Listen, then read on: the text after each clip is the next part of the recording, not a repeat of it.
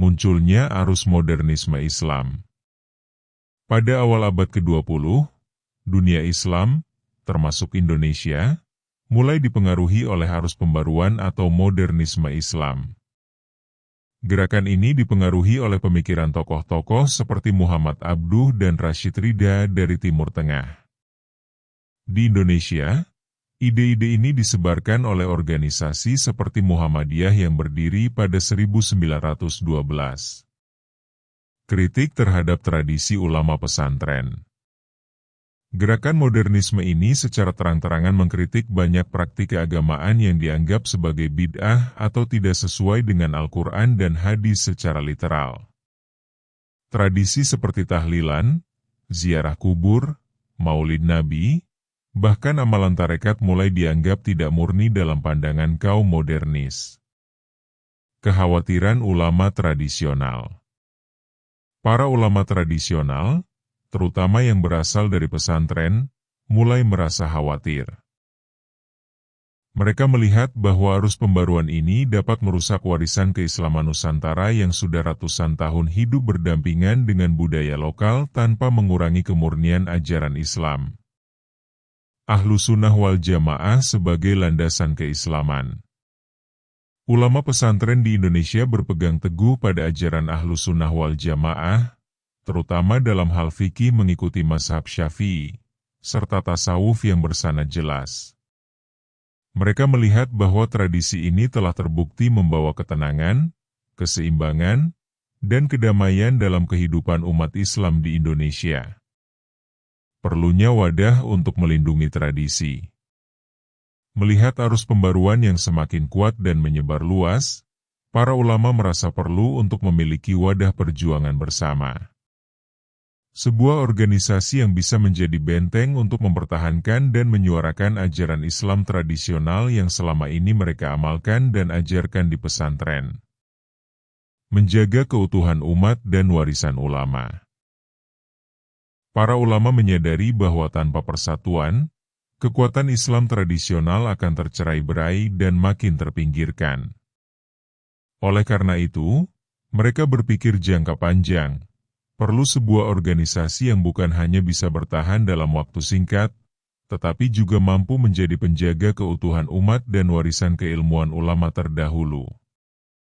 NU lahir sebagai benteng Islam tradisional.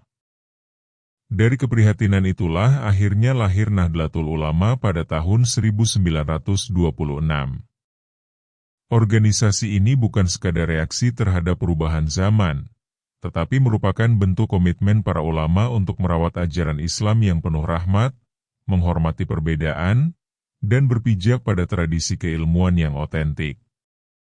NU menjadi benteng sekaligus pelayan umat. Penjajahan Belanda yang menindas umat Islam. Pada awal abad ke-20, Indonesia masih berada di bawah kekuasaan kolonial Belanda.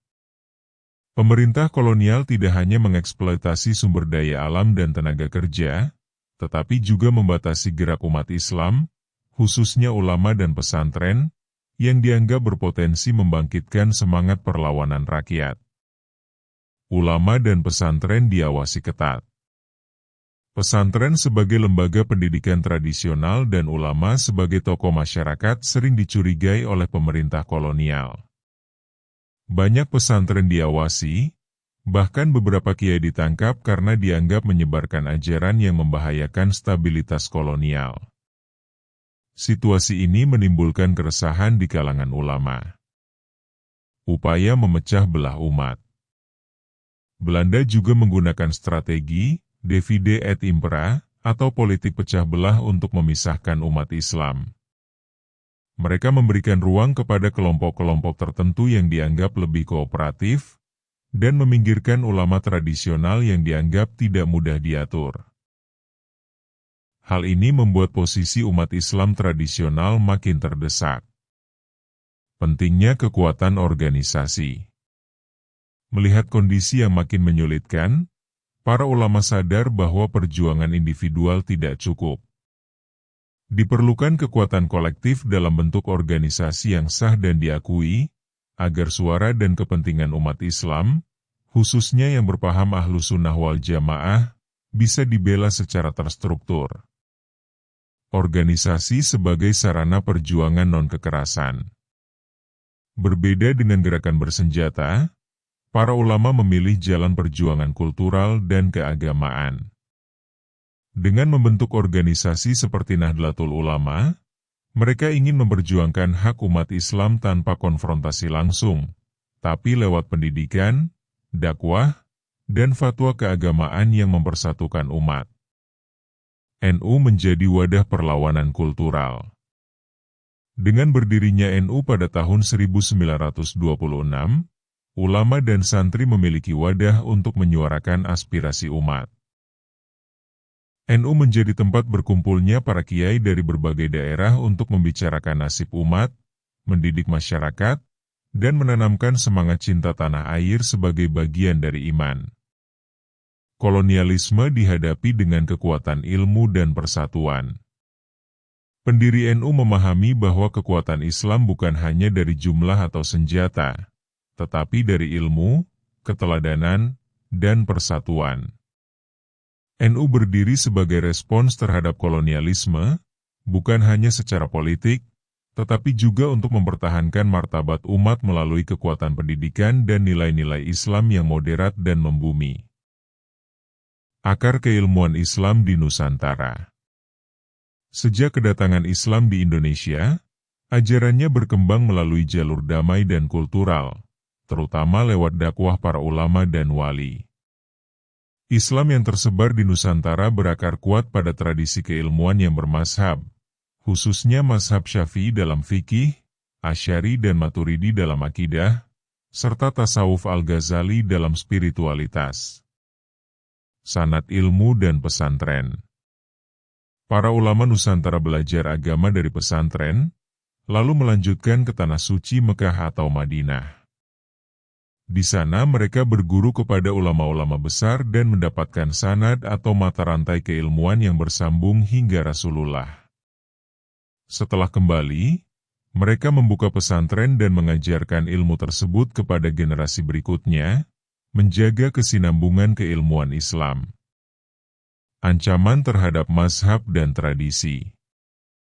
Namun, pada awal abad ke-20, paham Islam yang tidak mengakui pentingnya mazhab mulai berkembang. Mereka menolak taklid, mengikuti ulama. Menyerukan kembali langsung kepada Al-Quran dan hadis tanpa panduan mazhab. Akibatnya, warisan keilmuan Islam yang telah terjaga turun-temurun mulai dianggap kuno dan bahkan salah kaprah oleh sebagian kalangan. Tradisi ulama dianggap bid'ah. Amalan seperti kunut, tahlilan, maulid nabi, dan praktik tarekat dikritik keras oleh kelompok-kelompok yang mengusung purifikasi agama. Ini menimbulkan kegelisahan di kalangan pesantren, karena tradisi yang telah berjalan ratusan tahun dan terbukti membawa kedamaian justru dipertentangkan dan dianggap sesat.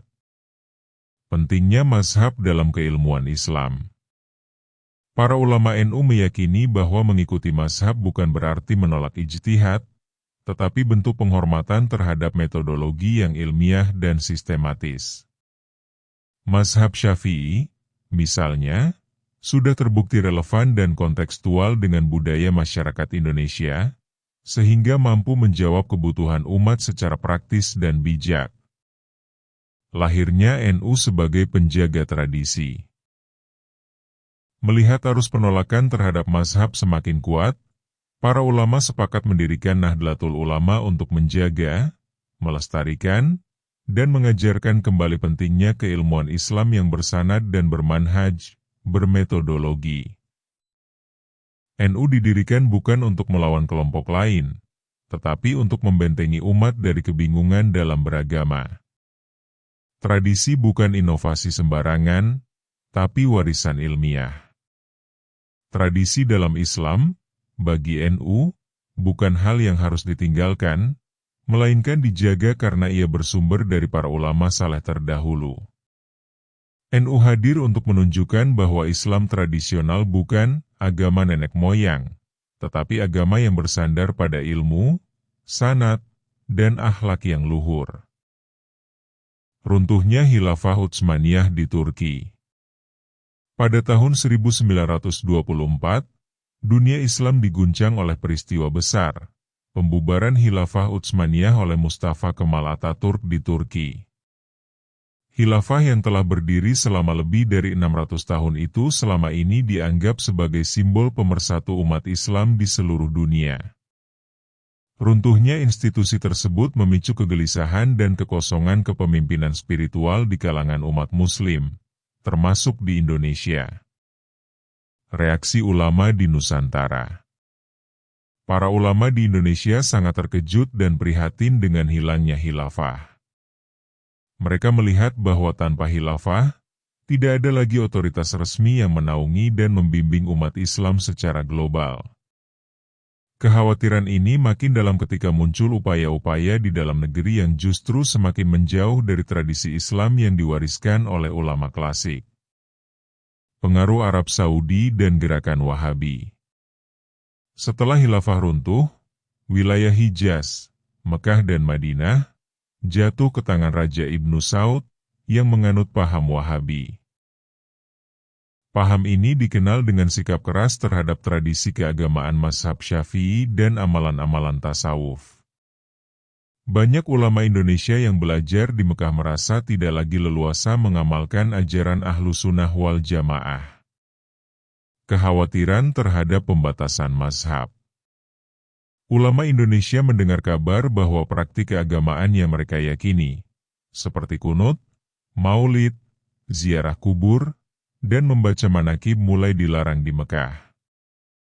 Hal ini membuat para kiai semakin sadar bahwa ancaman terhadap keberagamaan tradisional bukan hanya datang dari dalam negeri, tetapi juga dari luar, yang bisa mempengaruhi umat secara luas. Utusan ke Mekah untuk memastikan situasi. KH Wahab Hasbullah, salah satu tokoh penting NU, mengirim utusan ke Mekah untuk berkonsultasi dengan para ulama Hijaz dan melihat langsung situasi keagamaan di sana. Tujuannya adalah untuk memastikan posisi ulama mazhab Syafi'i dan mendapatkan pandangan tentang pendirian organisasi keagamaan di Indonesia. Respon yang didapat mendorong pendirian NU. NU sebagai bentuk reaksi terorganisasi. Dari kekhawatiran global inilah NU lahir. NU didirikan sebagai upaya untuk menjaga kedaulatan keagamaan umat Islam Indonesia, agar tidak larut dalam arus purifikasi yang bisa menghapus tradisi keilmuan Islam yang telah hidup berabad-abad. Ini adalah bentuk perlawanan ilmiah dan strategis terhadap hilangnya pusat otoritas Islam dunia. Menjaga kemandirian umat Islam Indonesia.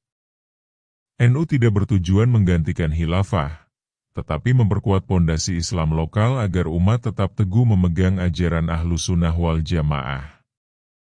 Dalam konteks ini, NU bukan hanya organisasi sosial keagamaan, tapi juga simbol kemandirian umat Islam Indonesia dalam menjaga identitas, ilmu, dan warisan peradaban Islam. Ulama pesantren yang tersebar dan berdiri sendiri. Sebelum Nahdlatul Ulama berdiri, para ulama pesantren di Nusantara memang memiliki pengaruh besar di masyarakat, tetapi mereka berjalan sendiri-sendiri. Masing-masing memimpin pesantren, mengajar santri, dan berdakwah di lingkungan sekitarnya tanpa adanya koordinasi terpusat atau organisasi bersamtantangan zaman memerlukan persatuan. Namun, perubahan zaman, baik dari segi politik, sosial, maupun keagamaan, menuntut adanya kerjasama antar ulama. Para kiai menyadari bahwa tantangan modernisme, kolonialisme, dan pergeseran pemahaman Islam tidak bisa dihadapi secara terpisah. Dibutuhkan wadah bersama agar suara para ulama lebih kuat dan berpengaruh secara nasional. Munculnya generasi kiai organisatoris. Kiai-kiai muda seperti KH Wahab Hasbullah mulai mendorong pembentukan organisasi. Ia menyadari bahwa ulama tradisional tidak hanya perlu kuat dalam ilmu, tetapi juga harus rapi dalam struktur perjuangan. Ia sebelumnya telah membentuk Tashwirul Afkar, pergerakan pemikiran, yang menjadi forum diskusi para kiai muda. Menyatukan gerakan dan arah perjuangan. Diskusi demi diskusi antar ulama dari berbagai daerah mulai mengerucut pada satu pandangan. Perlu adanya satu organisasi resmi yang dapat menyatukan langkah. Gagasan ini mendapat sambutan hangat dari KH Hashim Asy'ari, KH Bisri Syansuri, dan banyak ulama lainnya yang merasakan keresahan serupa. Membentuk kekuatan umat yang terorganisasi. Nahdlatul Ulama akhirnya lahir bukan hanya untuk menjaga ajaran Islam tradisional, tetapi juga untuk menyatukan kekuatan sosial, politik, dan kultural umat Islam di Indonesia. Para ulama ingin agar pesantren-pesantren tidak hanya menjadi tempat belajar, tetapi juga basis perjuangan untuk umat secara luas. NU sebagai rumah besar ulama dan santri. Dengan berdirinya NU, para ulama merasa memiliki rumah bersama. Di bawah payung NU, mereka bisa saling berbagi ilmu, strategi dakwah, dan upaya perlindungan terhadap masyarakat. Santri-santri dari berbagai pesantren juga mulai merasakan dampak positif dari jaringan dan kerjasama yang dibangun lewat NU. Konsolidasi ini terbukti efektif hingga kini. Fakta bahwa NU tumbuh menjadi organisasi Islam terbesar di Indonesia hingga kini menunjukkan keberhasilan konsolidasi tersebut.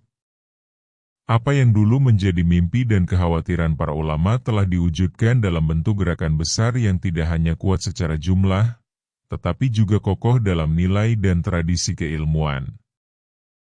Ancaman terhadap keutuhan umat Islam. Pada awal abad ke-20, umat Islam di Indonesia dihadapkan pada tantangan besar.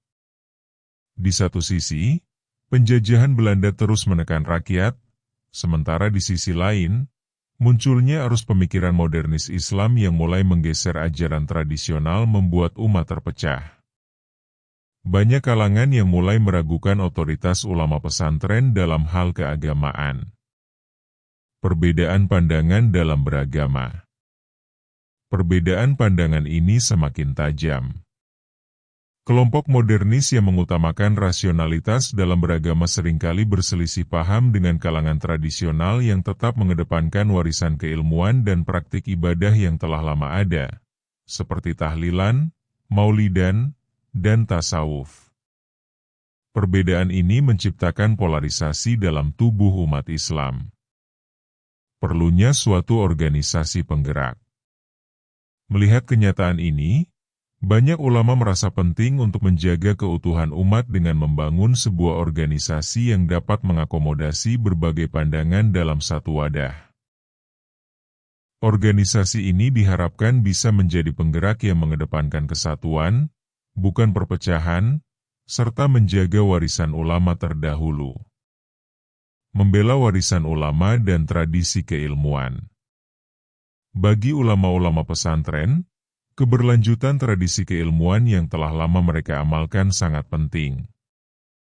Mereka merasa bahwa tanpa adanya wadah yang menjaga dan memperkuat tradisi ini, warisan para ulama sebelumnya akan mudah terkikis oleh ide-ide yang tidak sejalan.